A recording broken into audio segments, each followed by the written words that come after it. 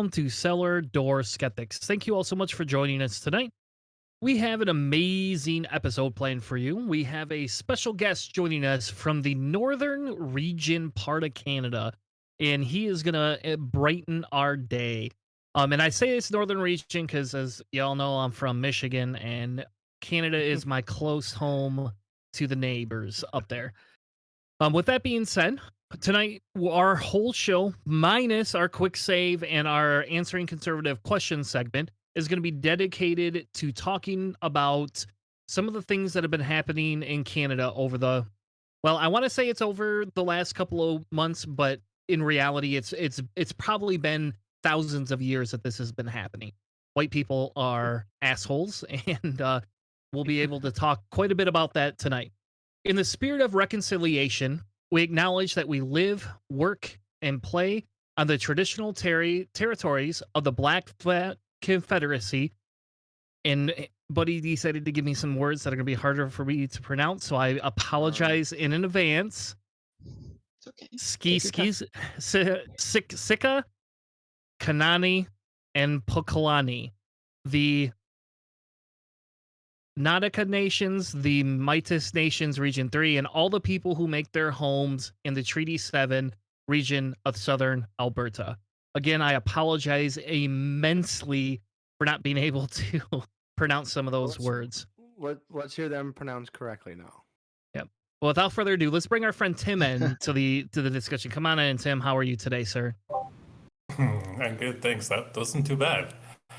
But Right. yeah, I will give you the correct pronunciation. It's Siksika, Ghana, and Piikani for the Blackfoot Confederacy, and then Îyâxe Nakoda and the Métis Nation, Region 3. Yeah, that was a good job. Thank you. Thanks for having me. Yeah, no problem, man. Sorry, I apologize. Names and verbiage is not my strong suit here. A beard, yes. That, no. Well, he beats up boring American names, so give him anything else and it's even worse. With that being said, tonight's episode, again, we are dedicating to discussing a lot about what's been going on in the national news with Canada. Again, I don't think these atrocities are something that's really new. But it just seems that the world has now discovered these, and now it's actually becoming a bigger topic than before. And so what we wanted to do is kind of skip our Independence Day episode, because I'll be honest with you, I'm not pretty big on American independence, especially right now. And we wanted to talk about something that's a lot more relevant to life. We'll call it that way. And the atrocities that have happened to the indigenous folks up north is just it's crazy that we can even sit here and talk about these things. It's just like, why in God's green earth has these things been going on, and why are they not getting better treatment than they have? And with the recent discoveries of some of the mass graves, it's getting worse and worse and worse the farther we dig through the history. Now, I will say America is not much better. In fairness, we came from a foreign country, invaded a country, killed millions of people, and claimed the territory as our own too. So Americans aren't much better than Canadians. But with that being said, Tim, tell us a little bit about yourself and kind of why you wanted to join our show to help educate some of our followers. Yeah, for sure. Just by way of a deeper introduction, I am a proud member of the Siksika, the Blackfoot Confederacy. And my community is roughly situated in the southern part of Alberta in Canada. It's the traditional territory of the Blackfoot Confederacy. I was raised there, and just in the last, 10 to 15 years, moved to a larger urban center of Calgary, where I now work for a settler-created philanthropic organization trying to facilitate the change process and mobilize the work of truth and reconciliation at the Calgary Foundation. A proud father of a 10-year-old daughter who's in the background. You might hear her asking me some questions throughout this interview, but yeah, that's me. That's where I come from. I feel like land acknowledgements are a new thing, a new sort of action that's emerging. all across North America. So I think I don't think you're alone in sort of stumbling through them, Tanner. But that was a good one. Yeah, and I think that some of the problems that we have is that because Americans have done similar things, to our folks here in America. It's this topic. I mean, I guess we haven't had a bunch of mass graves that have come out recently, but this topic is something that has come up. I mean, we had the pipeline that everybody wanted to continue to put through sacred land, and you just kind of sit here and you wonder. It's like, well, now we got to make them dig up their own graves. We got to make them use their land so that you can make money. And if you don't know, if Buddy hasn't given you the heads up on me, I'm pretty aggressively socialist for the most part. I'm very left. I hate capitalism for the most part, and I pretty much hate anything to do with it. So I'm very excited when we can have people like you on, because we need to help educate more folks, because a lot of people continue to just think that you know, this is just an isolated issue, and I really don't think it is. Yeah, absolutely. I feel like everything that's literally being unearthed in Canada could be said for the states as well.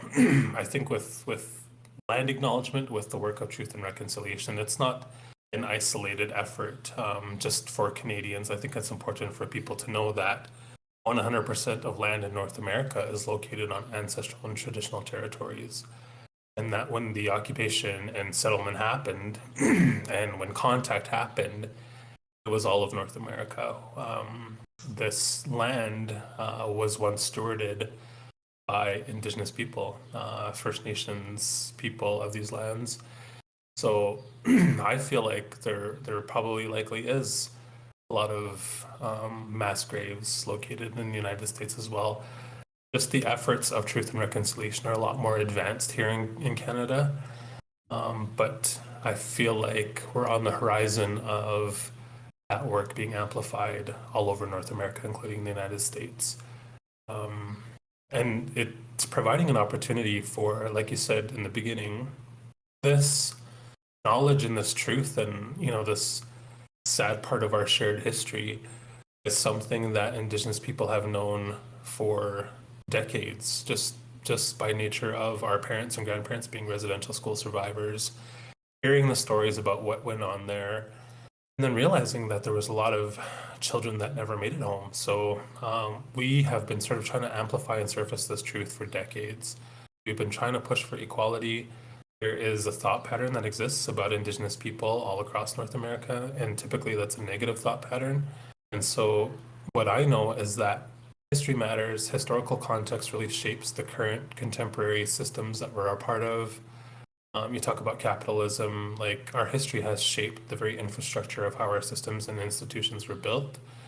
So now that we're surfacing a lot of these mass graves, it is opening up more invitations to have deeper conversations on how systems can change. I think gone are the days when we should expect Indigenous people to adapt or to assimilate. I'm now asking the question how our systems and organizations are going to change to better fit the needs and be have a spirit of belonging for Indigenous people in general. Yeah, and I think that's one of the largest issues, right? Is Indigenous people have been ignored for so many years, and now the question becomes. I mean, in America, we obviously can't treat anybody of a minority with fairness. I mean, we have cops killing black people left and right. They want to build walls to keep people from the South out. We just want to sit here. I'm just sitting here going, why would we not want to be more inclusive? Hold on. There's a wealth of knowledge, and it, some of it is just like that whole assimilation thing is something that's always bothered me, right? And it's something I grew up like in my culture, in my background. I grew up very conservative. My parents were part of an all-white church, and I went to pretty much an almost all-white school for a long time, and it's one of those things where you don't until you get out into the world, and all of a sudden you're like, well, hold on, there's so many other things that I could be learning. People have other ideas. I'm not the only person that can be right here. And I think that's the largest portion of when we hear about these, oh, we're going to have this type of month or this type of month. And it really, is that enough? Like, should we not be creating parochial school programs for our children to learn about these things, even if it means we're going to have to give up a little bit of our bad history, right? I mean, yeah, do you really want to go learn about how many times a white person has killed a minority? Probably not. But I think it's better off if we just learn this now and get this, out into the open so that we can all learn how we can work together to fix these things. Because I don't think there's a lot of people that are like specifically to the point where they want to be manipulative and they want to utilize the system just for them and screw everybody over. They just don't want this thing to happen again. They want to be acknowledged as individuals. And I think people just don't understand that or don't care to is really some of my more of my viewpoints. So I think having you on and having you come and talk to us a little bit about some of the work that you're doing in Canada can be a help, because if Americans start adopting some of these programs and never have a Trump again, we might actually be able to make some progress down the path. Maybe I don't know. There's a lot of Trumpers that live with us. Yeah, I think it's really problematic and harmful that the general belief about Indigenous people, and I would likely say racialized people in general, is that we are driven off of deficit statistics. So we know the high numbers of specifically Indigenous children that we have in care in Canada. We know of high numbers of Indigenous men and women in the justice system. We know that there are high numbers of Indigenous people struggling with addictions and struggling with poverty and all that kind of stuff. And that's basically the knowledge that we have of the Indigenous population. What people don't realize is that this truth that we're sort of amplifying, it's almost like there's a doctor in the United States, his name is Joe Salanto, and he's a doctor that I refer to a lot in the work that I do. He sort of breaks up trauma into 3 episodes or 3 phases. I know I've talked to Keith about this in the past, but I like how he frames it. So the first phase of trauma he talks about is a single episode event. And then the second phase of trauma he talks about is more repetitive and ongoing. And then the third phase of trauma he talks about is intergenerational trauma.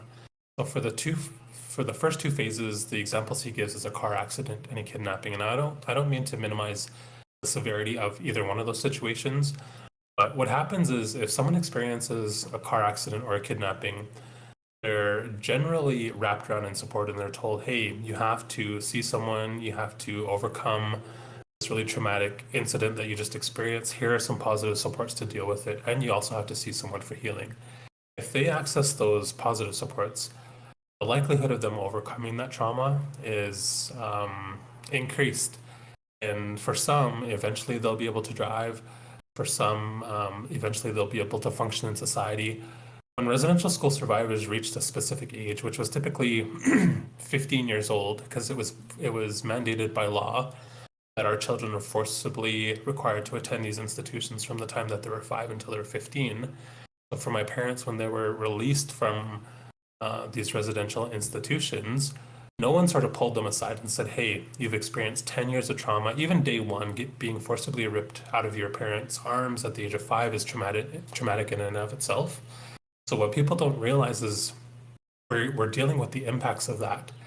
I grew up with a father who struggled with substance abuse. I'm the oldest of my siblings, so I witnessed a lot of extreme domestic violence incidents, and I resented my parents growing up for the negative experiences they exposed me to.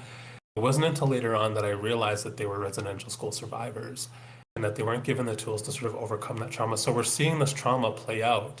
But what do we do as a society? We sort of just pass judgment. And all you got to do is walk downtown any major urban center, and you'll see our people struggling with poverty and substance abuse and all that kind of stuff. But it's just judgment that we sort of pass. So what I'm trying to say is this history that we're just starting to realize with the discovery of these children's remains is finally becoming a part of the dialogue and the conversation. So we essentially tried to brush it under the rug, hide this piece of history, but it's doing such a disservice to how we are treating Indigenous people.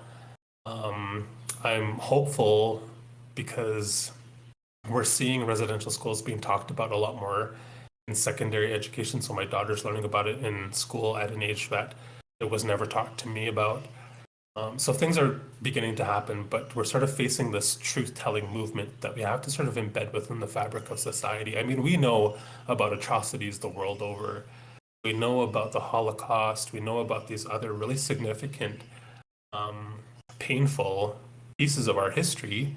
And yet, I feel like even just in this country of Canada and probably America, we're just beginning to find out and realize the atrocities of the residential school system. So we have a lot of catch up to do. I think generationally, we have this truth telling to do. So I feel like you hit the nail on the head when you talk about the importance of this information being weaved into the educational institutions, because it's the only way we're going to see change. Right now, we're struggling with a specific demographic, a dominant narrative who's not ready for the truth, who is the barrier for moving any of this work around reconciliation forward. But I'm hopeful for this new younger generation that's coming up. There's a new kind of leadership that's emerging who has no patience for the status quo, who is ready for change and is not afraid to have these really tough, uncomfortable conversations that we sometimes struggle with in these days. Yeah. And I agree. I agree with that. And I think one of the things, and I don't know if you're a part of this organization or not, but one of the organizations Buddy the Lumberjack likes to talk about is the Calgary Foundation. And that's a big thing that happens that he's been talking about. So I don't know, Buddy, if you want to kind of intro the Calgary Foundation and what it is and why you like it so much. Well, I think one thing that we can all agree on it about the Calgary Foundation that's pretty awesome is that's actually where Tim works, which is why I made sure to put it in the notes. Because you were saying that it's it's a settler-founded philanthropic organization.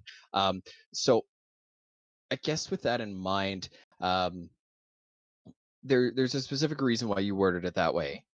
Um, and the just for anybody listening, because I know a lot of people take offense at things that they're not to be taking offense to. The term settler is not a pejorative; it is simply an acknowledgement that your heritage is that you're not you your ancestry can be traced to countries that aren't here, overseas and such. It's just to indicate that you're not indigenous, and these the lands that you're on were settled, and you are the descendant of those settlers. Um, that's not to say you're bad; it's just acknowledgement. Um, and it's just important to acknowledge things like that. But could you tell us a little bit about what the Calgary Foundation does and how you got involved? Yeah, for sure. So Calgary Foundation tries to inspire philanthropy. Philanthropy translates into love of humankind. So we were created back in 1955, off of the wealth of four or five very generous, wealthy donors living and residing here in Calgary. So they sort of pooled some money together. They had a desire to give back to good intentions. And at the time in 1955, I believe the good intentions were from soldiers who were returning from war. And there were boys' clubs that they wanted to begin so that these young boys would have a place to go, a positive life experience to access while their parents, were fighting in a war and all that kind of stuff. So philanthropy is trying to give back in charitable ways. We continue to do that as a foundation. We try to inspire philanthropy through a lot of the donors that we work with, and then we grant back to the charitable sector. So we make grants to, we consider ourselves a 360-degree funder, meaning we'll look at any kind of project and try to find ways to support it in moving forward in healthy ways. So anything from charities in the homeless serving sector to arts and culture to the environment to mental health and that kind of stuff. The reason why I refer to it as settler-created philanthropy is because philanthropy also has existed for Indigenous communities, but in different ways, and we are seeing it unfold at, say, Calgary Foundation. We've always, as Indigenous people, held on to values of generosity, and so we still practice our philanthropy in ceremonial ways. So we have large giveaways. In the West Coast nations, it's called potlatch ceremonies, where they are literally giving everything that they have without sort of any stipulations or loopholes to jump through. With settler-created philanthropy, you sort of have to prove your worth. You have to justify why you need the support and the granting dollars. So there's a huge difference when I sort of explain it as settler-created philanthropy compared to Indigenous philanthropy.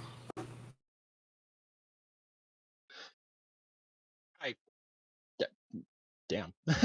That's I like your explanation better than mine. Can we record like splice his over mine?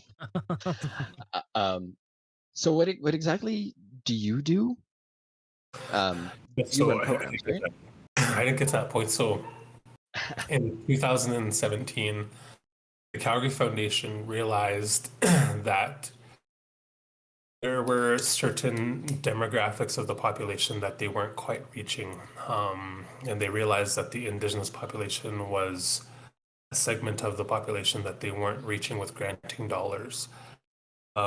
They further realized that there was this need. So let me rewind a little bit more. In 2008 in Canada, the then Prime Minister issued a public apology to residential school survivors.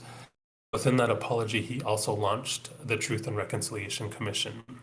And the initial mandate of the TRC, the Truth and Reconciliation Commission, was to go across the country and provide public platforms for survivors to come and tell their stories in detail as a way to educate all Canadians. So that work wrapped up in 2015. And when it wrapped up in 2015, they accumulated all of these interviews from residential school survivors, and they created this report that we now know as the TRC 94 Calls to Action. And in the TRC 94 Calls to Action, there are specific calls to action for almost every sector in the human services field. So there's a section for education, there's a section for human rights, there's a section for museums, child welfare, all this kind of stuff. What's missing is a section for the philanthropic sector. And so there's another organization, a national organization in Canada called the Circle on Philanthropy and Aboriginal Peoples in Canada. They recognized that there was no section in the TRC report for the philanthropic sector. So they created this declaration. And so in 2017, the Calgary Foundation realized that they weren't doing enough to mobilize the work of the TRC or mobilize the work of this declaration that they were signatories of. So I came on board. They created a role for me to come, and the mandate that I was given and the mandate that I still try to mobilize today is to facilitate a change process for the organization and try to find ways that the Calgary Foundation can mobilize the work of truth and reconciliation. So what I'm trying to do is literally change the culture of an organization, change the culture of a system, so that we operate through a lens of reconciliation and now through a lens of racial equity. Up until 2017, we were sort of just moving ahead with our, the mandate of our organization, status quo. And like I said, we were missing big segments of the population, specifically the Indigenous population and now racialized communities.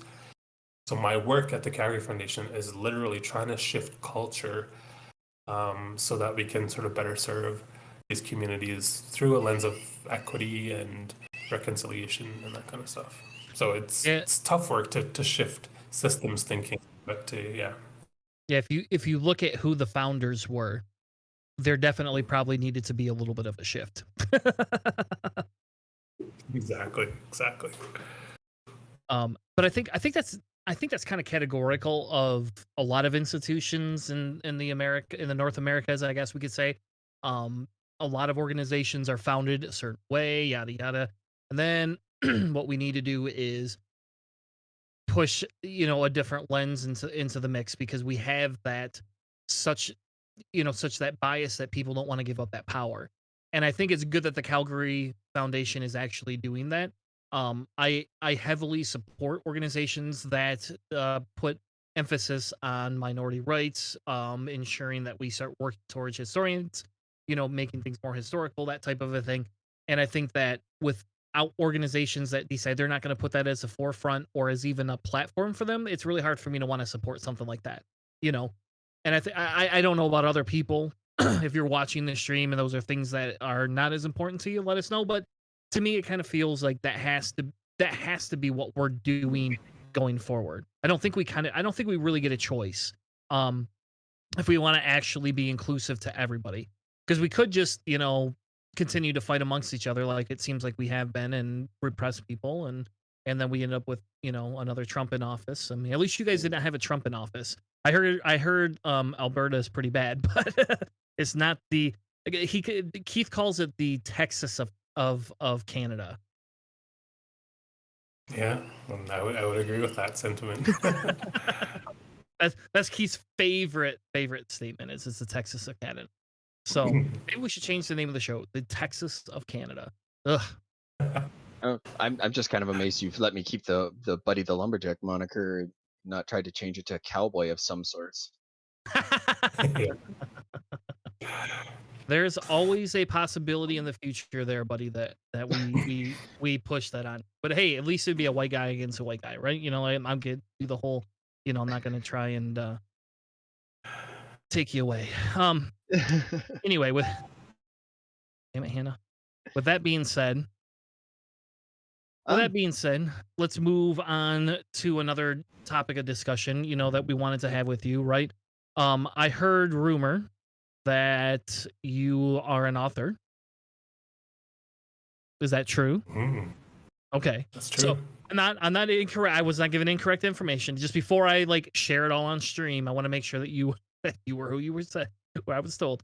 So you are an author, which means you must work a full-time job and then do a full-time author job on the side, correct? Yeah, in a way, the project of how my book came to be was really the result of a language revitalization project a couple of years ago, where I was invited. So where I'm at in Canada, I'm situated in the Blackfoot Confederacy, also part of Treaty 7 territory is what we would refer it to. And there are huge efforts, specifically from the Calgary Public Library, to be a lot more inclusive and representative of the voices of this territory. And what they realized was there were no children's books that existed from individuals or authors from the Treaty 7 territory. So they rounded up 12 of us and took us through an intensive sort of writer's workshop with Richard Van Camp. Richard Van Camp is an amazing Indigenous author here in Canada. And at the end of it, we didn't even realize that we were going to write children's books, but it was introduced to us sort of at the end of the workshop that we were invited to write a children's book in our language. And so I was happy to reflect on some origin stories that were told to me as a child from my mother. And that's what my book is based on. It's a sort of an origin story from a Blackfoot perspective that was shared with me as a child. The story that I have shared with my daughter. I have, it's been published and it's out there for the world now.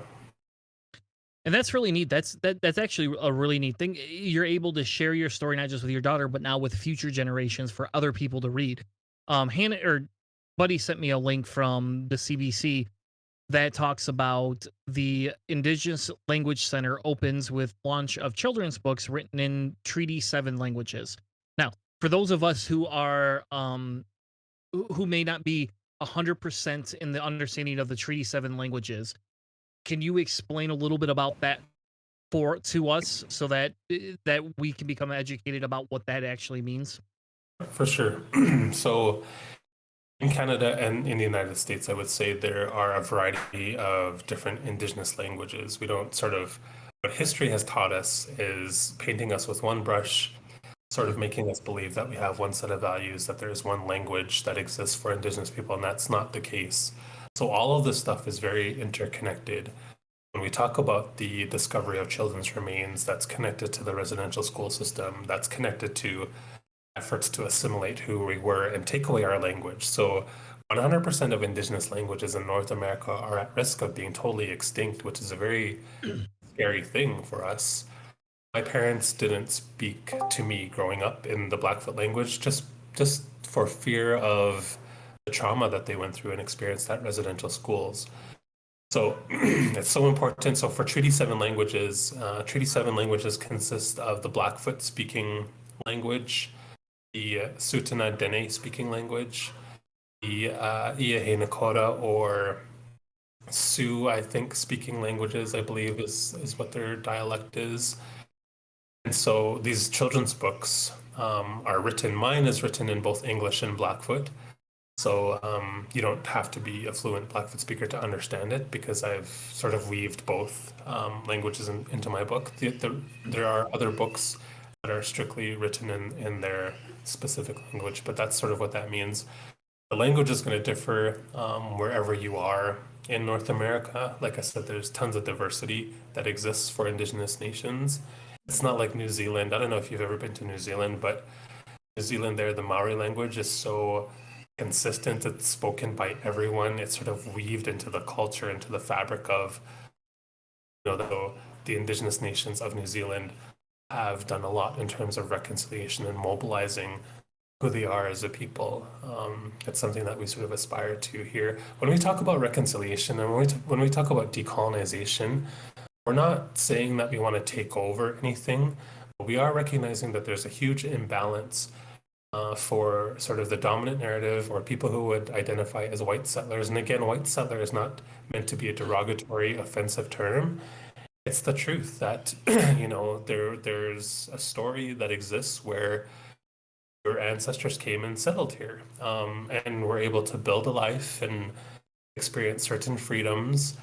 But what we don't realize and what we have to reconcile with is this land in North America has provided a lot of opportunity, a lot of wealth creation for the United States and for Canada. We are witnessing a lot of very wealthy people emerge. What we have to reconcile with is that wealth has come off of the lands and the backs of Indigenous people, because the common belief is that Indigenous nations ceded and surrendered our territories, but that wasn't the case. Our oral tradition tells us something different, that it was very deceptively taken, it was stolen, all of this kind of stuff. That's why we're seeing all of these efforts of acknowledging ancestral territories, efforts of reconciliation.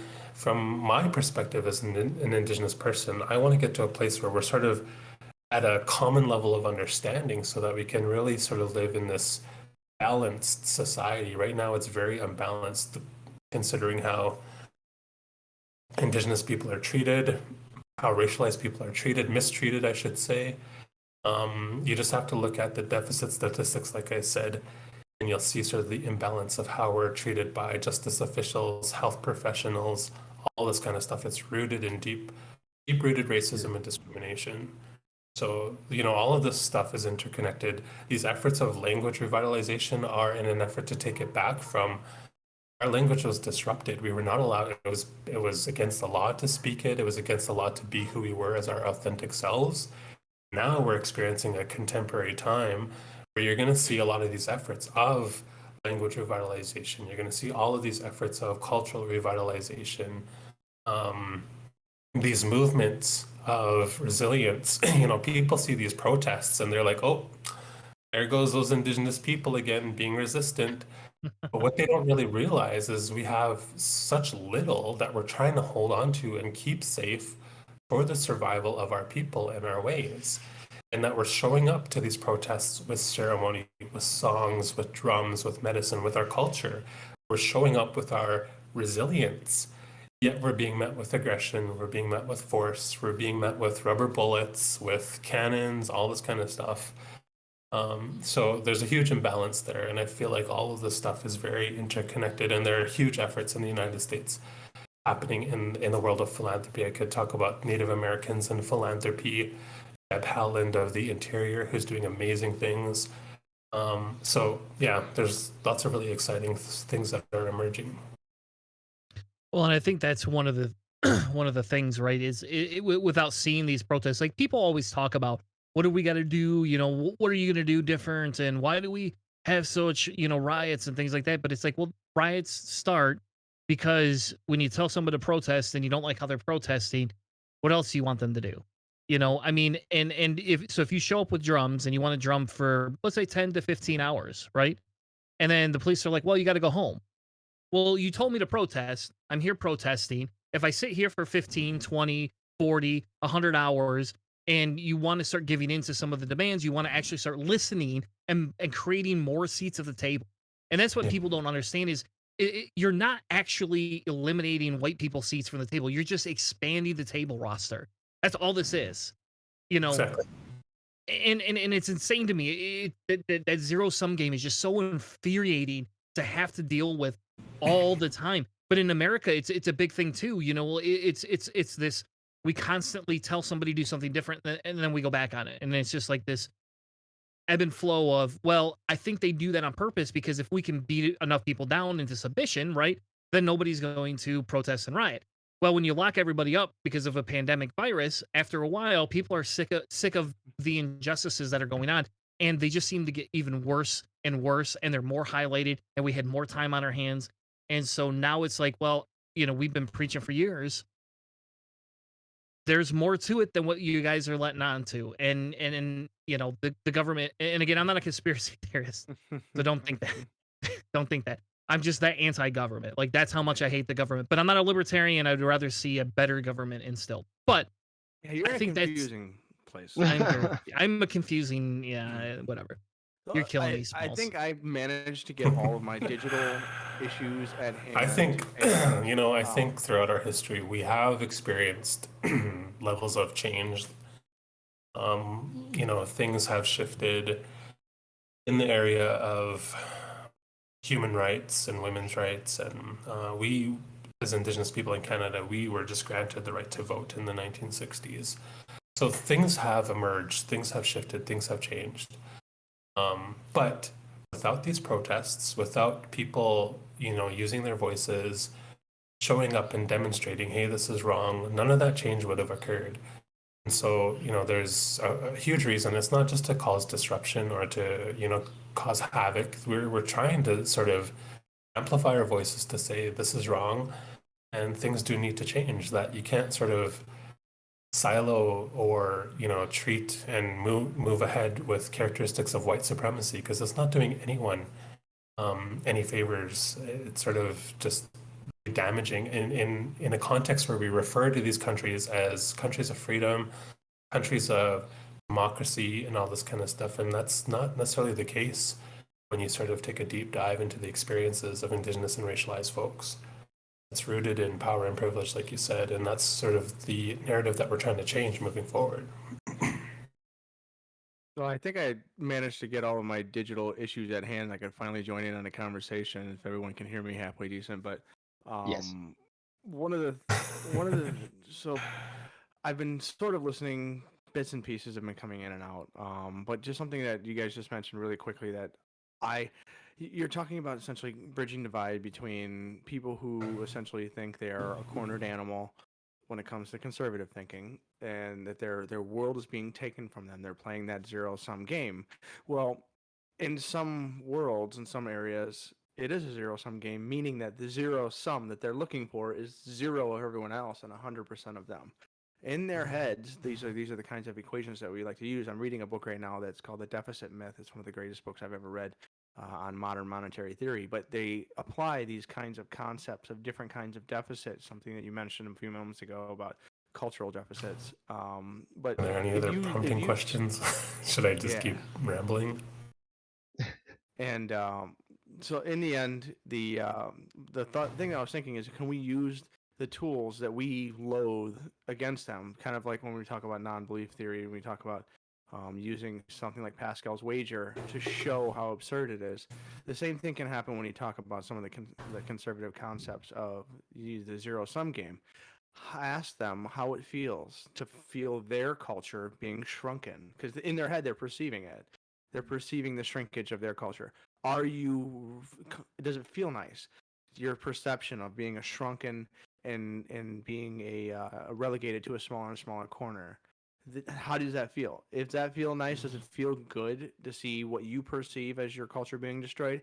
Now, if you can empathize and look to anyone else who may also be feeling that, whether or not it's your fault, we're not going to point any fingers, but just how would that feel to see your culture, your family, your heritage slowly ebbing away or having been destroyed or attempted to be destroyed?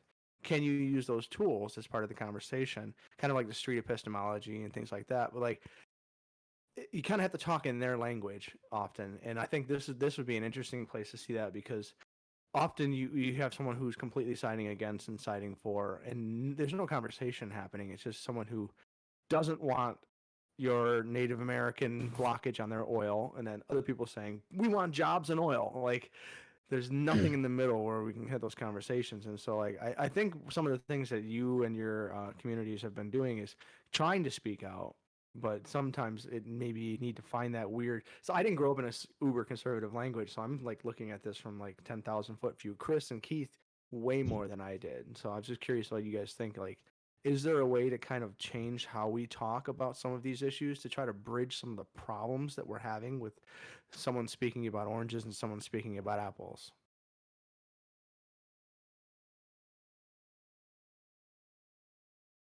Did we lose Tim? Or could he? He's Nope, there. I'm here. Okay. The internet is fraught with peril today.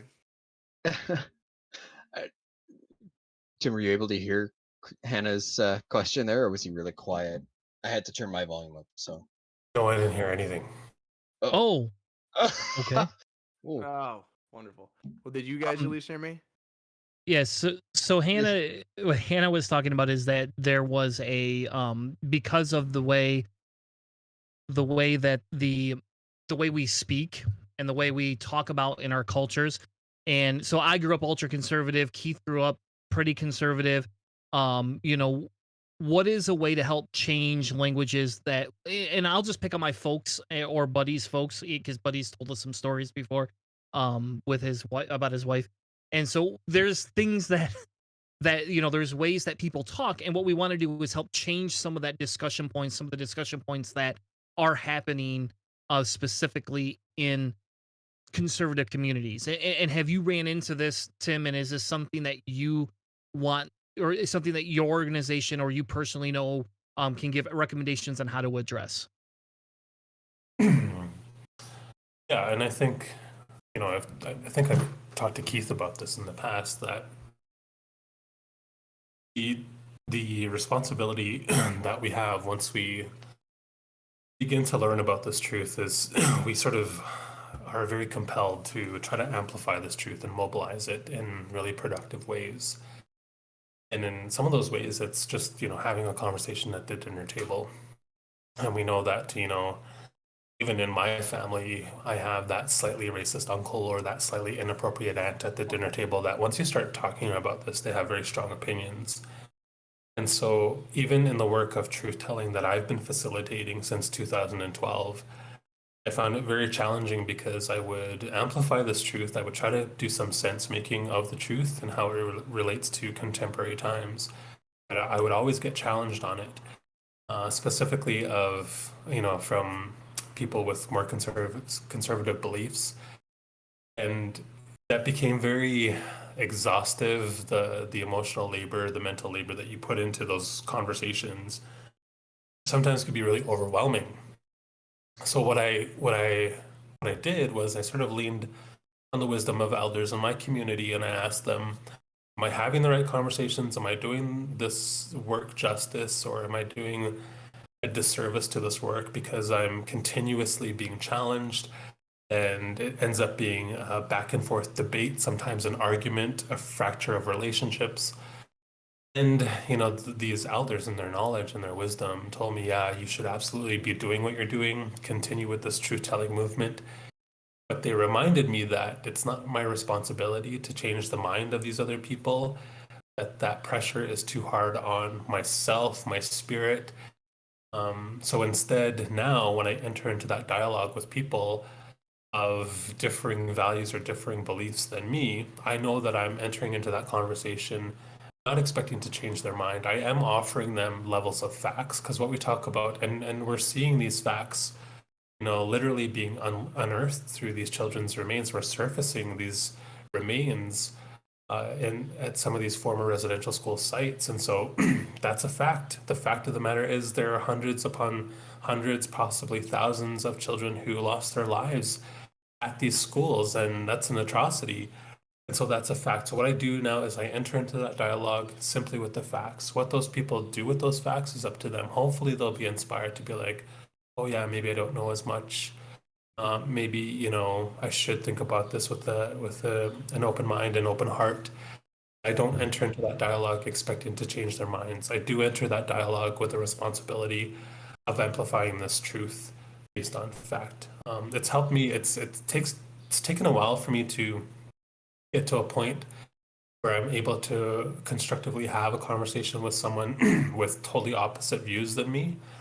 But so I would say it takes time, but it is possible. It's not always about calling people out in this scenario or in these situations. Sometimes we just want to call them into the discussion. How can we make space for our voices to be heard, and really recognize that we're all on different phases of understanding when it comes to this stuff. Some people are just beginning to learn about it for the first time. Some have attended workshops and other platforms like this where they're hearing about it, so they've created a vested interest in increasing their own knowledge capacity, so they're a lot further ahead and probably a lot more inspired to add to the change and be part of that change. But the last thing we want to do is fracture relationships in this work. We don't want to do that. We're not sort of calling for that. We don't want to encourage debate or argument, but it is your responsibility with the more knowledge you have to share that knowledge in a factual kind of way. Just, you know, don't enter into that dialogue with the pressure of trying to change this person's mind. Just be hopeful, like I am, that this new generation is being taught a lot more, and they're demonstrating a lot more courage. And change is going to happen if it's not in our lifetime. I know that they are going to make the significant changes that we need for reconciliation and for equity, because, like I said, this younger generation is ready for change. They're ready to be accepting of, you know, it doesn't matter where you come from, it doesn't matter who you love, what you believe. We're sort of raising a generation, a really hopeful generation. I feel that it's going to really be that change. That's cool. I just wanted to double check. Tim, can you hear me at all? I was just wanted to see if there's just a connection. So hopefully that was helpful. And I also can't hear any other questions other than Okay. YouTube. Okay. Oh yeah. So you can't hear Hannah for yeah. some reason. Weird. Which is, it's hilarious because he shows up on stream on my auto recording. I can hear him, but he can hear him. It's just for whatever reason you can't. So don't worry about it. It is what it is. So sans Hannah. To kind of double back on that discussion, I think one of the big things that is important, you know, you talk about not putting the burden back on yourself, right? Especially as a minority in that situation, is your job is to present the information, create the space, but your job is not to spend hours and hours debating and trying to move somebody closer to the truth than they want to go. I guess is the nicest way to put it without being, because usually I'm not the nice guy. Usually I'm the guy that's kind of the asshole. We all started as evangelicals coming out of it. I mean, yeah, I feel like what I've observed in this work is that a lot of these perspectives that are challenging to this truth that we're trying to amplify are really based on opinions. And so there's very strong opinions about, you know, the intention of these historical acts, which is completely wrong. I mean, there's, you know, quoted statements from political officials saying we have to get rid of these people. There's legislation that exists called the Indian Act in Canada, which is probably one of the only pieces of race-based legislation that exists. It's a piece of legislation that governs a whole entire group of people that still exists today. So that's a fact, and you can't sort of erase that. It's like, it's in there, and it governs a relationship that I have as a Status First Nation and my daughter has as a Status First Nations person. So there's things that are rooted in fact that people just don't take the time to really unpack for themselves. A lot of their rhetoric, I would say, is rooted on their opinions. That's why I'm so adamant on pushing for the facts. Like, really, you try to educate yourselves on what it is we're saying with the realizations and the revelations that are happening at residential school sites, and for the act of reconciliation and racial equity, and just root it, you know, base it all on fact, because the other stuff is strongly, you know, rooted in opinions, which are often ill-informed and just that of an opinion. Yeah, and I think that's super it's super important for people to not have to feel that, but we have to change the mantra. And I think, you know, the point of what our show does, right, is to host platforms for people to have those conversations. That's our goal. All we want to do is host that platform, that discussion. I can't, you're right. I can't force these people. I can do one of two things. I can disown them, try and educate them, or create a platform that hopefully at some point they'll listen to. And you know, for example, now that we're on Twitch, I don't think most of my family will ever. Maybe my son will because you know he's that generation of Twitch. But you know, like my mom doesn't know what Twitch is. My father doesn't know what Twitch is. You know, but my my s- my parents adopted one a brother of mine, right? So he's now a brother. I think he's 10 and a half, and he's part native, you know, American, right? He is. He's 50%. He's blooded. My parents had to go through this whole tribal thing. It was a whole big discussion, right? You know, and like when they adopted him, we tried to explain, hey, you're adopting two minority, you know, groups here. He's not just black, he's indigenous. You know, like there's a lot to his heritage. And I've encouraged them a lot to say, hey, you know, his grandparents, you know, might want to still see him. There's good reservations we can go to that these people are at. You should work, because the more he learns about it, even though right now he's 10 and he doesn't care that much. I mean, he just wants to play, you know, right? He wants to shoot a basketball. He wants to shoot fireworks, which drives me nuts. And he wants to, you know, go swimming and just do all the little kid things, right? Great kid. But if he doesn't at some point learn about his heritage, it's a disservice, right? It's a disservice, in my opinion. And this is where I say is, instead of letting, and this is how you could tell I'm not libertarian, because I don't believe we should leave it up to the parents or the communities to teach this. I think we need to be pushing legislation to push this into the school systems and force this as an actual topic. And instead of a bunch of white teachers talking about it, look, for fuck's sake, we're doing this over Discord, and I apologize for the language. I guess I should have warned you ahead of time. Yeah, I get passionate about these things. Explicit. Yes, he does. The big thing here, right, is that we have the technology nowadays to bring people into our classrooms that can talk educated about this. And maybe this is something you could touch on, you know, Tim, is that an avenue that you got your group is looking to pursue in the future, to say, hey, if you want to bring in, even if you can't fly us in, we can do teleconferences, we can do all these discussions with classrooms. You give me 1 hour every day with every class for, you know, a couple of months, and I'll teach generations about what what our organization does and what it means to be indigenous. Because the more we can accept and learn that, the better off, I think, you know, as I've said 100 times, the better off our society is going to be. The more compassionate and empathetic we can be to other people. Oh yeah, absolutely. There's huge push in Canada to. There's a thing called TQS, and Keith would know more about this because his wife is a teacher. But there are teacher quality standards that exist, at least in Alberta. I'm not sure if it's sort of a consistent thing across the country. But in the newest version of the TQS, teachers are required to talk about residential schools. They're required to talk about this truth that we're amplifying. And so the problem is, when you're in post-secondary, you know, pursuing a career in education or education, post-secondary education for education to become a teacher, you're not necessarily being prepared with these new teacher quality standards when it comes to First Nations, Métis, and Inuit education. So these teachers are now tasked to sort of talk about this, and they have to find creative ways to bring speakers in to reach out to communities. But oftentimes they don't have an established relationship, or the relationship is non-existent with some of the First Nations communities. So I feel like they're experiencing some challenges in the ways that they are incorporating that. There was a new Alberta curriculum that was launched, or that was drafted up and proposed to be launched within 2 major school districts over this past year. It sort of completely wiped out this truth that we're talking about. It left a lot of spaces and a lot of holes, and it just sort of held on to this dominant narrative that is very damaging and perpetuates a lot of harm.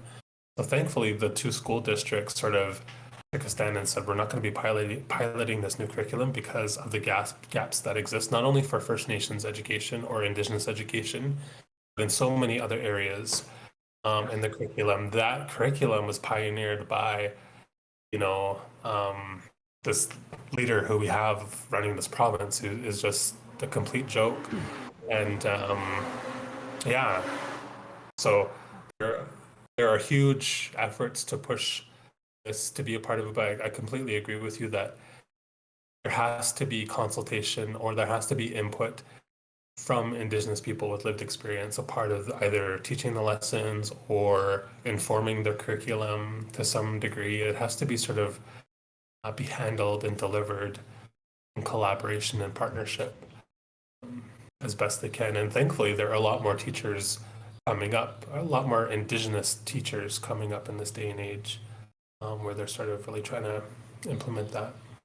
Hopefully, sure- in the U.S., again, just whether Tim can hear me, but hopefully in the U.S., like in the south end of things, we have the same kinds of things. So you guys could relay it if you can't hear. We find the Southern teaching is the largest districts in our country, and they basically set the rules.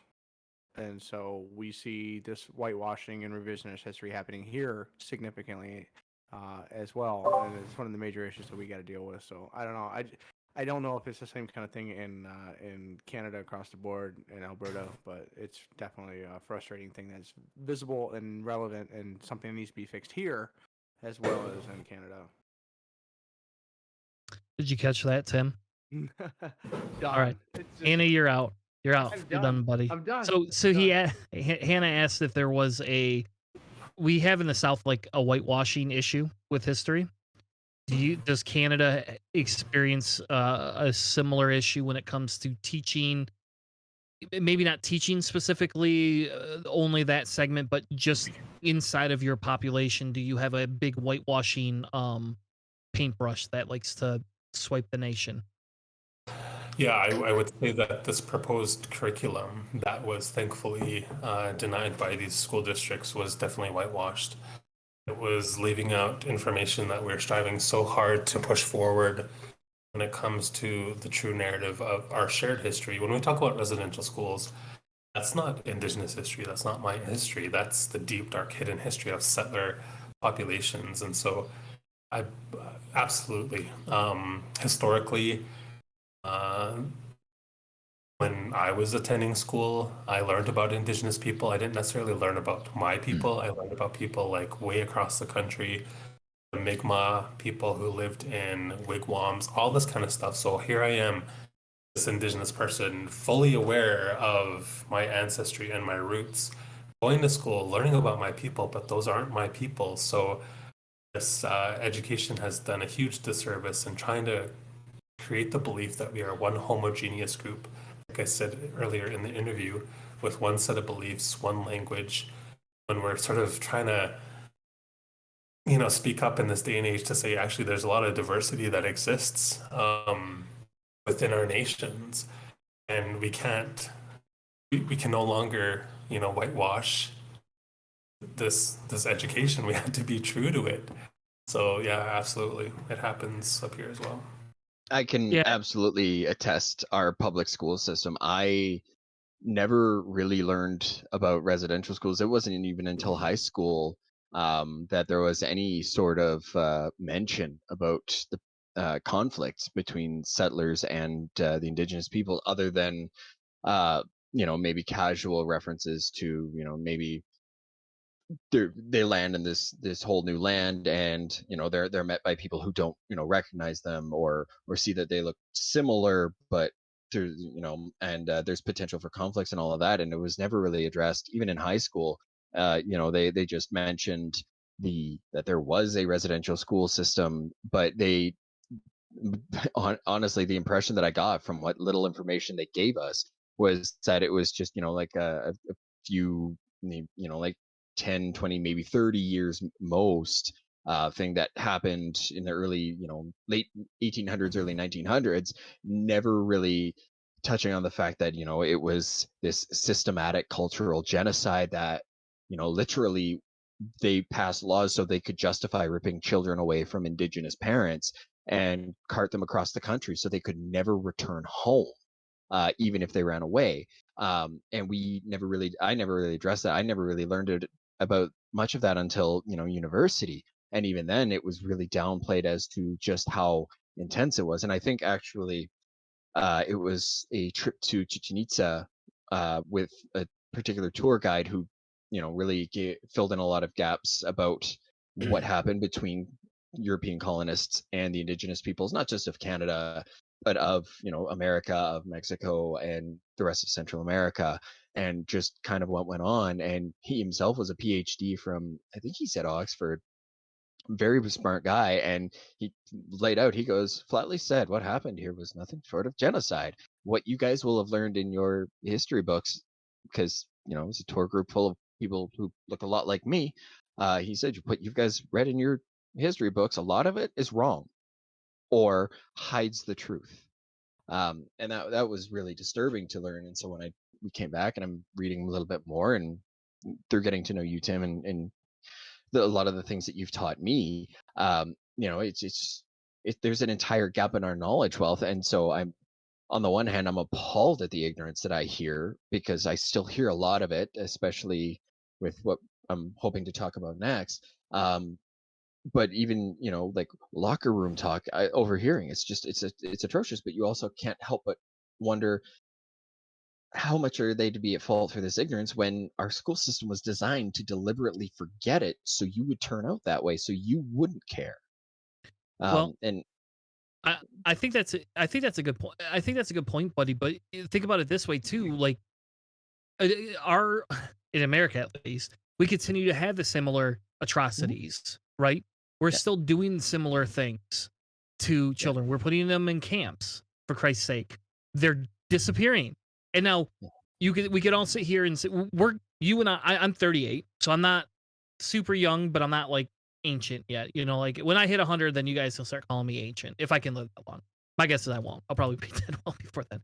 But America's doing these things. So at some point, though, do we want to actually like go back to the schools and say, yeah, it's the fault of the schools, it's the fault of the government for no. forcing this curriculum, or do we just got to say, hey, we're not loud enough as citizens, and I'll critique me more than Canada, right? I'm going to critique us in America a little bit more, because how long have we tried to be aggressive citizens? I mean, yes, we protested during the pandemic at Black Lives Matter, things, but how many times are we continuing to do that? How many shows are like us going out there? How many of us are going to go start protesting politics? What would happen if we stop voting? It doesn't change anything. How do we get people in office that can make these changes and break this cycle? To me, the simple solution is anarchy.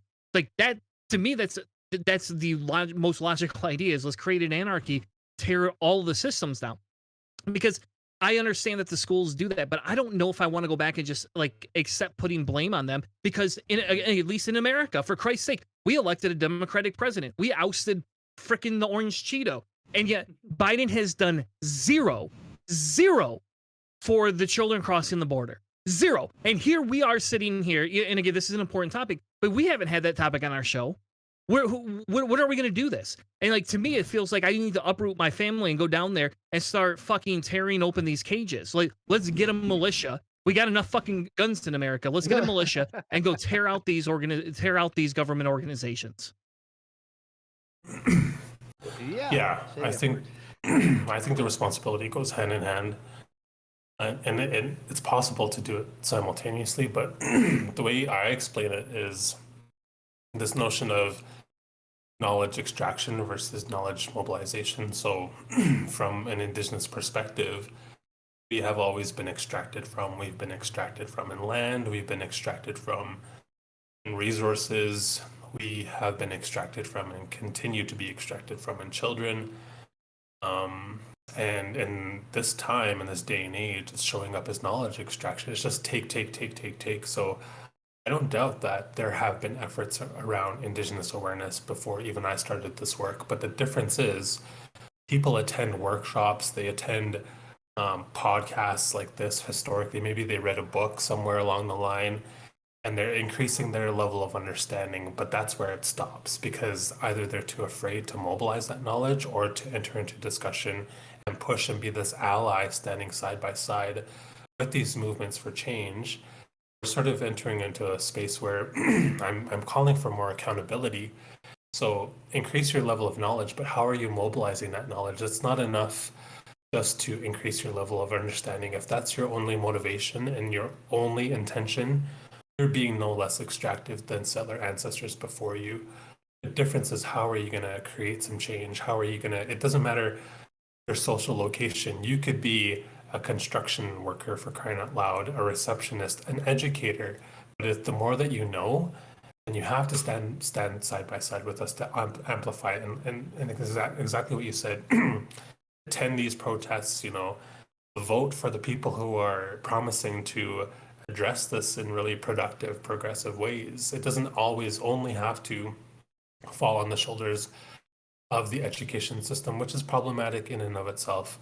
There are many systems that have changed in human services and health and justice. I could probably confidently say that the education system is the one system that still has not sort of shifted from the colonial approaches. We're still seating kids in desks, prioritizing 4 main subjects. What happens if we prioritize arts and culture in the same way that we prioritize math, science, social, and English for some of these schools? So what I'm trying to say is, you can't just solely leave it up to education because they have a lot of catch up to do. They're still delivering education in a very paternalistic colonial approach that I struggle with in and of itself. And yeah, it happens simultaneously. Speaking of canceling something, let's shift gears a little bit, because this is actually near and dear to my heart. And if I wish I would have known this was trending last week, because I would have spent all day retweeting Cancel Canada Day tweets all across the board. 100%. I did not know this existed, and I'm gonna blame Buddy right now. Buddy, you're out. You're being called out, because next time these things happen, you should be letting me know, because I'm living under this little rock saying, holy shit, people are actually calling to cancel Canada Day. And here, you want to know something? And we've talked about Justin Trudeau on the show and how hot he is and how he's somewhat, one of the better politicians. You want to know what his response was? His response was, this coming Canada Day, I think we all need to pledge ourselves to doing what we can to continue the effort to make Canada better, all while respecting and listening to those from whom is not yet a day of celebration. Justin, these people were here before you, buddy. Your last name dictates the fact that they were here well before you. It sounds like the Canadian All Lives Matter. I'm telling you, I cannot believe somebody fed him this line. And B, not only did he just eat this blind and sinker, that is the most disingenuous response since Donald Trump has been in office. There you go. I'm gonna throw some shade at Justin Trudeau. So if you want to listen to the show, Justin, you want to join us, I'll happily have your ass on. We'll call your ass out all day long. I'll put Tim here, me over here. We'll have a roundhouse. Pictures of Fidel Castro. Everybody keeps saying he's his dad. Careful, he does box. He does. I don't. Whatever. He can box me on a stream all he wants. It ain't gonna do any good. You got to come to America, buddy. Got to come to America. I'll tell you what, and I'll take it out. If he takes back that and apologizes, I'll box him. I don't give a shit. Beat the shit. Whatever floats your boat. Anyway, Skeptics is popular, and it's a big deal because we get to punch a prime minister. We win. There you go. So Tim, the question now becomes is, can you give us a little bit of background or your take, at least from a community standpoint? So if you want to give your personal opinion, great, but at least on a community standpoint, is this something that we should be embracing, something we should be looking towards, especially with the fact that we found there's more than 150,000 Indigenous children that have been misplaced by the Canadian government. And that's the nicest way to say it. Yeah, absolutely. I think we have to really evaluate how we look at that day specifically and how we move forward and the conversations that were happening. And now I feel like there's a wake-up call to say we're not in a time of celebration. And what people don't know is the way societies and nations are supposed to be built and formed And this is wisdom that I learned from an academic in my community, Leroy Littlebear, who talks about the way societies and nations are meant to be formed are supposed to come from the values, customs, and beliefs of the original people of that land. That's how we come up with national anthems. That's how we come up with symbols that represent nations and societies. When you think of things like Canada, and I would argue the United States, and the United States national anthem and the Canadian national anthem, and all these symbols that represent what it means to be Canadian, what it means to be American, none of that is coming from the values and customs and beliefs of the original people of this land. And so, absolutely, with all of these revelations and these tragic discoveries, we're experiencing a national sadness where it's a huge wake-up call for people to really reevaluate what it is they're celebrating, that they're celebrating attempted efforts of assimilation and genocide and the murder of thousands upon thousands of a particular group of people. Like, we are unearthing these bodies. There's no turning back, and there's no more hiding it under the rug. Now is the time to sort of sit in with the hard and the heart work of reconciliation. Like, that's a fact. Yeah, and I think the reconciliation is important, and we're gonna come back to that in just a quick second. I have a weird question, and I'm hoping you can. I don't mean to be disrespectful or like uneducated, but so they started unearthing these remains. There's no way, in any way, shape, or form, that these churches or these other people have not known that some of these things have happened in the past, right? And again, I don't know your religious views, and I don't mean to offend. I'm an atheist, so I'm pretty anti-religion because I've seen the atrocities that is created across the world.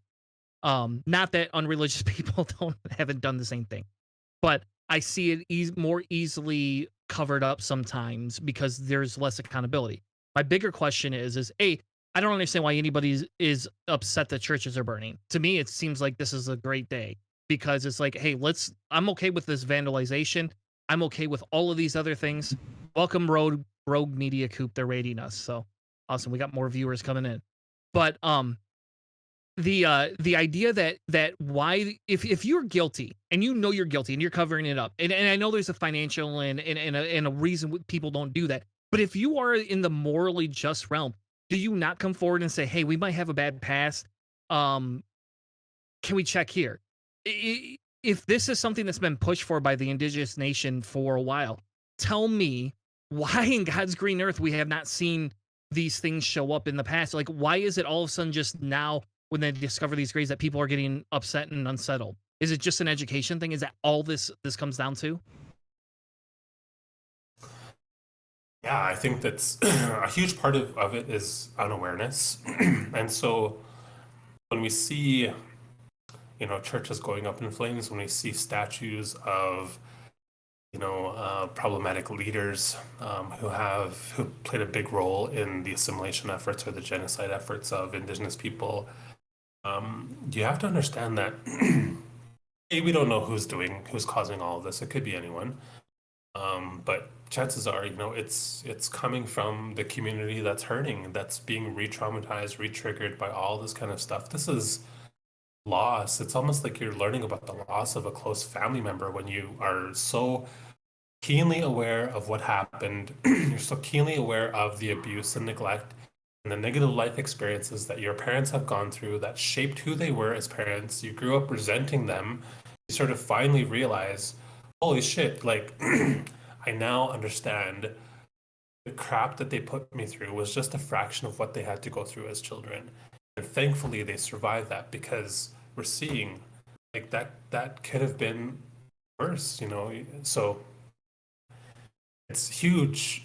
It's huge unawareness to the 10th degree. It's denial. It's people who are entering into this conversation with opinions who just don't really understand the degree to which the impacts are still these impacts of intergenerational trauma and how they're still manifesting for us in this day and age. So yeah. We'd be running into people who don't think intergenerational trauma even exists. That's another thing in general. Yeah. And I think It's true. Some people don't agree with the idea of generational trauma, and I mean, if somebody's not willing to really listen, it's unfortunate that they've kind of put up that barrier in their heart. But it's I'm just trying to add on to Hannah's point there because um apparently he can't be heard.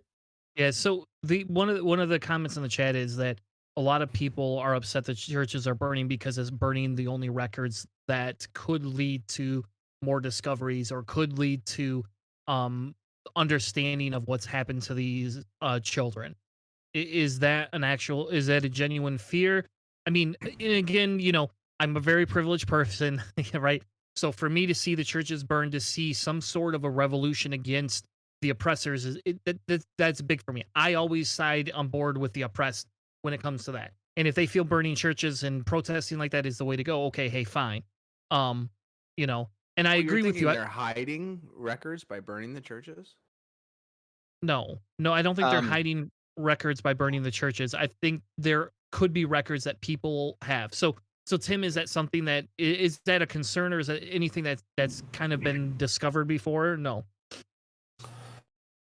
Well, I don't think that any one of us are in a position to sort of tell people how to heal or to cope with a lot of this trauma that's being re-triggered and being resurfaced. So if that's how the community is responding, we sort of just have to come to a level of understanding to be like, yeah, we've dealt with all of this oppression, these attempted efforts of genocide. And in the past, we've always invited the church to sort of come clean, to start fresh, to say, hey, just acknowledge this happened, take some responsibility. Let's work together to sort of move forward in the spirit of healing, in the spirit of reconciliation. That invitation has always been there. And even in light of all of this stuff, it still continues to be this invitation, but they just continue to deny and continue to choose not to take responsibilities. So the efforts on the part of Indigenous people have always been there to sort of, let's look at these records. Where are they? But it's just a lot of pushback from these church entities. Whether they exist in these institutions, who knows?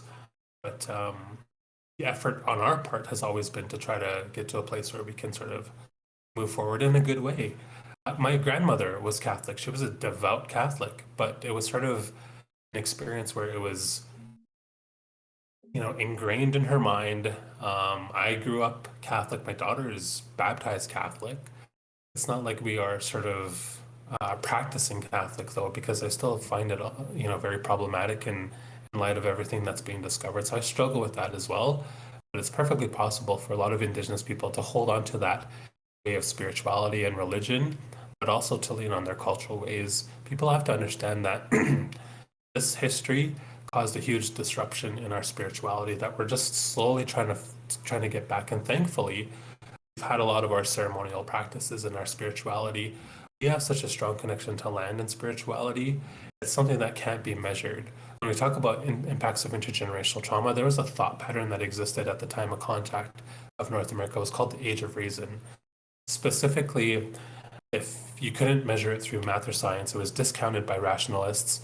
That's why it was so easy for Europeans to commit all these atrocities on Indigenous people, because you come across a group of people who has a strong relationship to land and spirituality.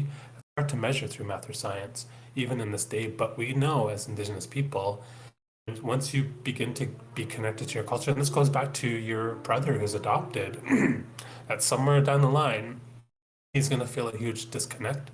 And that's sort of doing a disservice to him when it comes to his culture. So, hopefully that makes some sense. Yeah.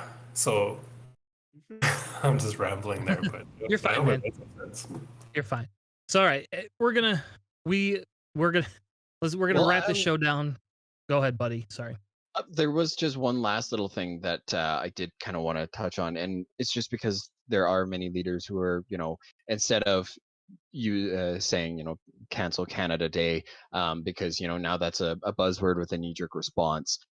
There have been leaders calling for like a day of reflection, and it, given what you were talking about with regards to not just knowledge extraction, but mobilization.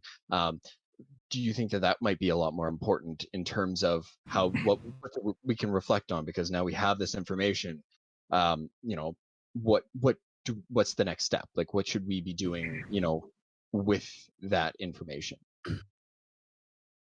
Yeah, I don't think that it should be confined to one day, because the moment we start saying, okay, let's like replace the celebration of, you know, the Confederation of Canada as a country with more talk about, now it becomes a day for people to talk about this stuff, they're only going to sort of focus that one day on the conversation. I want people to be inspired to have this conversation throughout the whole year, make it a part and weave it into the process of all of your discussions. And, you know, if you can confidently say with 100% without a doubt in your mind that every single person within your sphere of influence, related to your family, related to the communities that you are part of, your clubs, your workplaces, they have a strong, genuine understanding of what it is we're talking about. Until that day comes, we still have so much work to do. So it shouldn't be confined to one day. Definitely on Canada Day, on July 1st, we should be pushing for more events around truth telling. We should be pushing for this dialogue to happen a lot more, because, you know, people, it shouldn't be a time of celebration in general. It should be a time of deep reflection, but sort of a call to action for folks to make this a part and weave it into the fabric of every conversation that we're having, every discussion that we're having. And it's a perfect opportunity to begin forming a relationship or strengthening a relationship with Indigenous nations. Yeah, and I think it's a very important point. And that's kind of goes back to the beginning of the show where we said it's discussing that we have a 1 month thing. We need to be talking about this all the time. And I know you can't have the topic of the day always be the exact same thing. We can't have 100 hot button topics. You know, in my world, it seems that way. And people or Republicans like to call me trigger. They just say you're just being triggered all the time. And I'm saying, no, I'm just really fucking pissed off. Like I'm just that angry about my past and the past of my forefathers and mothers and all of that. And I think as so kind of bring this, you know, to a close, I think reconciliation was a big point Buddy was talking about. Reconciliation is something that a lot of people talk about. And I'll be honest with you, I have a harder time reconciling, if you haven't noticed. I'm more of the burn it down, scream at people, you know, force the laws to change and riot type person. But I think it's important, especially because there's a lot of people that there's a lot of truth and momentum to reconciliation when people are willing to actually have that conversation, right? And so if you Tim, if you could just spend a few minutes, let's just touch really quickly on, you know, reconciliation, some of the things that your group has been doing, and some of the things that you think the future should hold for not just people in Canada, but people at least in America and maybe around the world that have traumatized millions and millions of minorities.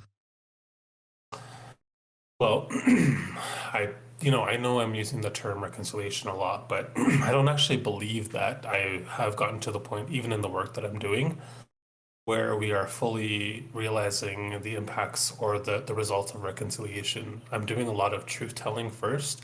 I'm doing a lot of design around knowledge creation, and I'm doing a lot of creation around systems thinking and change ideologies related to a deep, you know, dark hidden past, specifically in Canada. I reflect on Murray Sinclair. Murray Sinclair was a senator in Canada. He was also the chair of the Truth and Reconciliation Commission, who said reconciliation is going to be a challenge for future generations. I would be naive to think that I would experience the results of reconciliation in my lifetime. I'm hopeful that I will, but I'm not that naive to think that we're going to experience what that is or what that looks like, because we have so much work to do around truth telling first. Once this truth is embedded within all sectors and all institutions, and it's understood and it's accepted for the facts that it is, then I feel like we're setting up future generations to mobilize the work of reconciliation a lot more seamlessly than what we're experiencing right now, because we're still very challenged with it right now.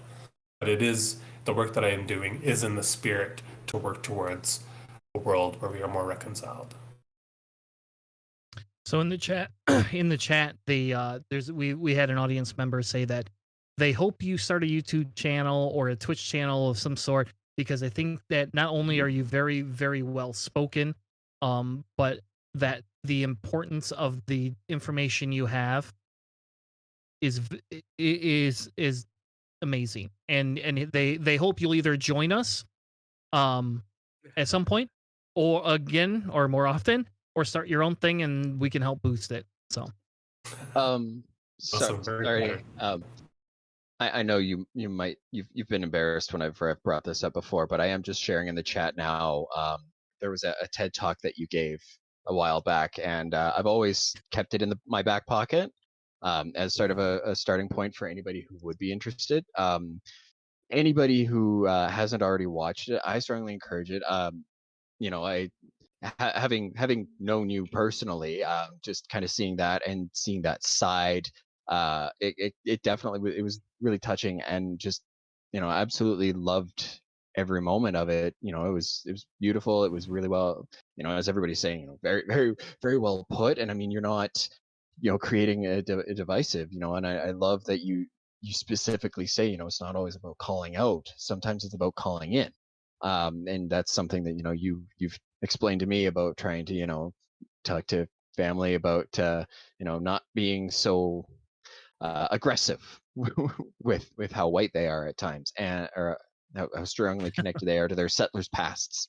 So I really appreciate that, and I thought that that talk, which I did share to everybody, I thought it was a fantastic starting point for anybody who's interested. And I mean, maybe this is just bias from where I'm sitting, but I do think that it's something that would translate well, not just across Canada, but North America in general, because I do think that this is a topic that not just unique to Canada, but also to United States, and I do believe in some ways Mexico and Central America, just because they've had their own unique histories. So Yeah, absolutely. Yeah, that that TED talk was early days in my experience for this work, so I'm not very proud of it, but it does have some really strong messages in there. I think the last thing that I will say for folks is this work is challenging. Shifting systems, shifting culture, trying to amplify the need for change is going to be like, let's just call it out and expect the challenges moving forward, because it's not going to be easy peasy. What I am inspired by are the other sort of shift disturbers in my life who I learn from, which one of them is Edgar Villanueva in the States. He's a colleague of mine in the States. He works in philanthropy. He's written a book called Decolonizing Wealth, but he talks about we can all stand to be a little bit more patient and gracious with one another and ourselves in this work, because it does have the potential to be very challenging at times. So just expect the challenges, but stay strong in trying to mobilize it as best we can, because change is happening, and it's exciting. Awesome. Well, thank you so much, Tim, for joining us tonight. It was amazing. We will definitely have to schedule you to come back on. And if you would ever like to redo your TED Talk on our platform, uninterrupted, just let us know. We'll figure out how to get you out. Maybe we'll have, I don't know how far you live apart from Buddy, but we can always have Buddy bring his system over, and we'll get you a professional microphone, and we'll air it, we'll record it, and you can have all of the rights to it. You can do whatever you want with it, share it whether you want, as long as I can put it on my channel too. That's all I care. Perfect. Redo. I would love that. Absolutely. There you go. Expect me there, Keith. Awesome. Well, thank you all so much for joining us tonight. If you have not, hit the follow button on Twitch. Go over to YouTube, hit the subscribe button. You can follow us on Facebook, but I hate Facebook now, and I prefer Twitch and YouTube over Facebook. And if you want, you can follow us over on Spreaker. We are working to continue the podcast on there as an audio-only discussion. With that being said, again, thank you, Tim, so much for gracing us with your presence tonight. We will be back next week, Monday night at 10 p.m. Eastern, if anybody would like to join us to talk more politics on Cellar Door Skeptics. Thank you all, and have an amazing night.